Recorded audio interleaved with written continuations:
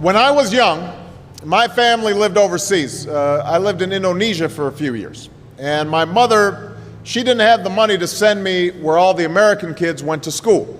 But she thought it was important for me to keep up with an American education. So she decided to teach me extra lessons herself, Monday through Friday. But because she had to go to work, the only time she could do it was at 4:30 in the morning.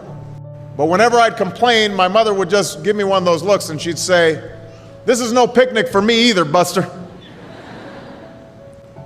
So I know that some of you are still adjusting to being back at school, but I'm here today because I have something important to discuss with you.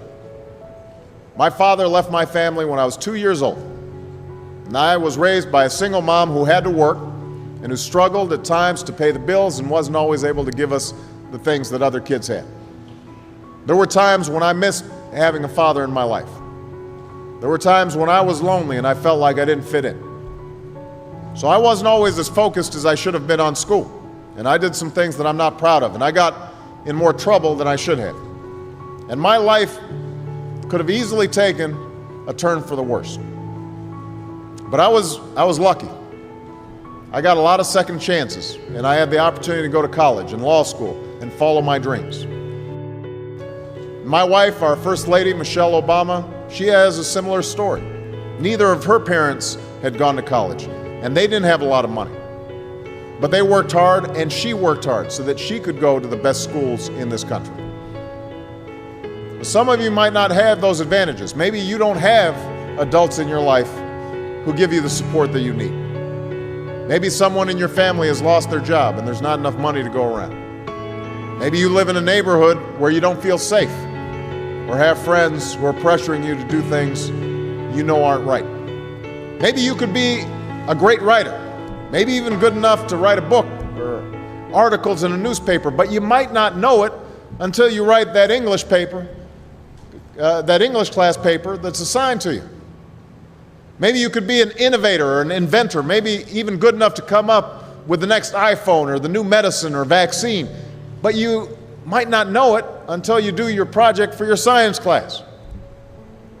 Maybe you could be a mayor or a senator or a Supreme Court justice, but you might not know that until you join student government or the debate team.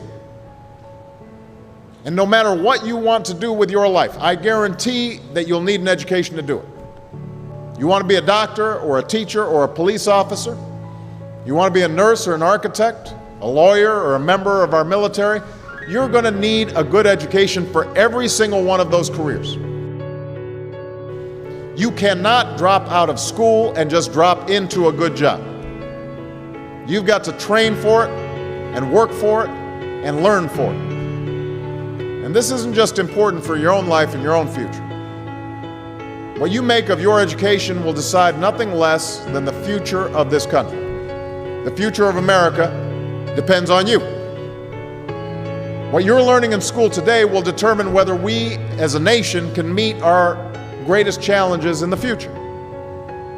You'll need the knowledge and problem-solving skills you learn in science and math to cure diseases like cancer and AIDS, and to develop new energy technologies and protect our environment.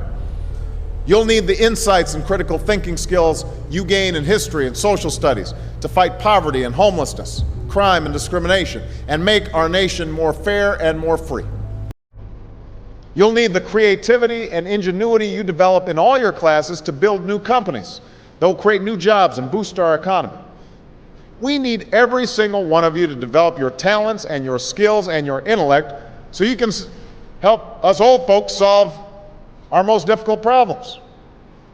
If you don't do that, if you quit on school, you're not just quitting on yourself, you're quitting on your country. Now, I know it's not always easy to do well in school. I know a lot of you have challenges in your lives right now that can make it hard to focus on your schoolwork. I get it. I know what it's like. But at the end of the day, the circumstances of your life, what you look like, where you come from, how much money you have, what you've got going on at home, none of that is an excuse for neglecting your homework or having a bad attitude in school. That's no excuse for talking back to your teacher or cutting class or dropping out of school. There is no excuse for not trying. Where you are right now doesn't have to determine where you'll end up. No one's written your destiny for you. Because here in America, you write your own destiny. You make your own future. That's what young people like you are doing every day all across America. That's why today I'm calling on each of you to set your own goals for your education and do everything you can to meet them. Your goal can be something as simple as doing all your homework, paying attention in class, or spending some time each day reading a book. Maybe you'll decide to get involved in an extracurricular activity or volunteer in your community. Maybe you'll decide to stand up for kids who are being teased or bullied because of who they are or how they look. Because you believe, like I do, that all young people deserve a safe environment to study and learn. Maybe you'll decide to take better care of yourself so you can be more ready to learn. But whatever you resolve to do, I want you to commit to it. I want you to really work at it. I know that sometimes you get that sense from TV that you can be rich and successful without any hard work. That your ticket to success is through rapping or basketball or being a reality TV star.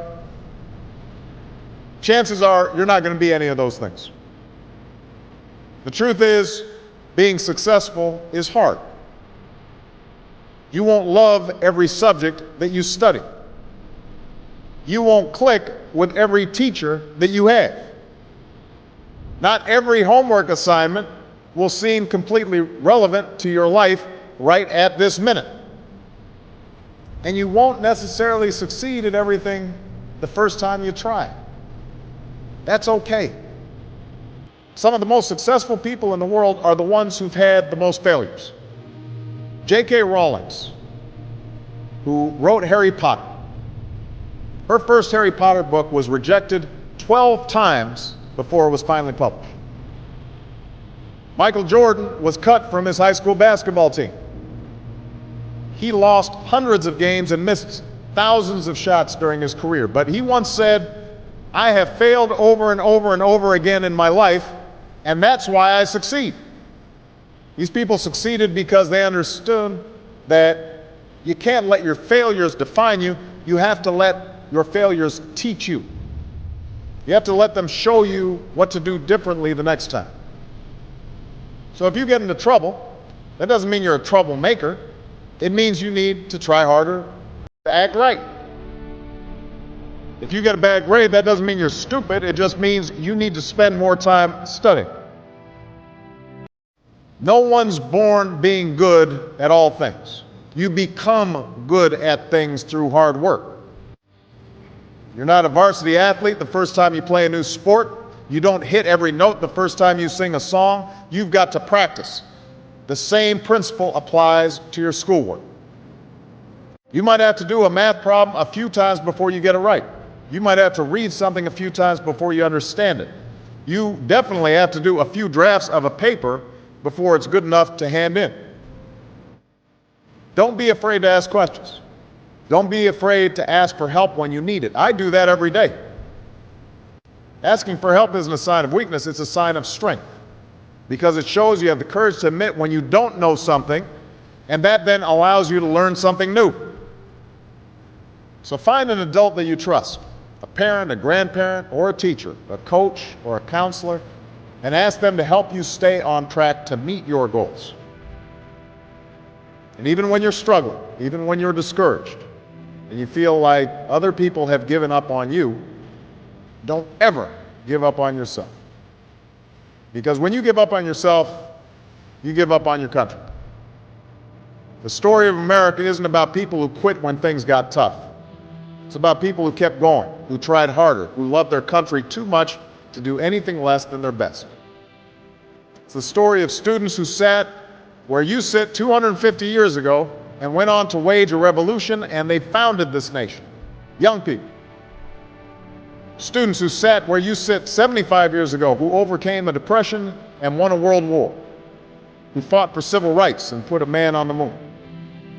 Students who sat where you sit 20 years ago, who founded Google and Twitter and Facebook and changed the way we communicate with each other. So today, I want to ask all of you, what's your contribution going to be? What problems are you going to solve? What discoveries will you make? What will a president who comes here in 20 or 50 or 100 years say about what all of you did for this country? Now, your families, your teachers, and I are doing everything we can to make sure you have the education you need to answer these questions. I'm working hard to fix up your classrooms and get you the books and the equipment and the computers you need to learn. But you've got to do your part too.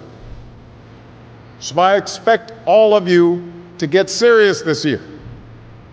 I expect you to put your best effort into everything you do. I expect great things from each of you. So don't let us down. Don't let your family down or your country down. Most of all, don't let yourself down. Make us all proud.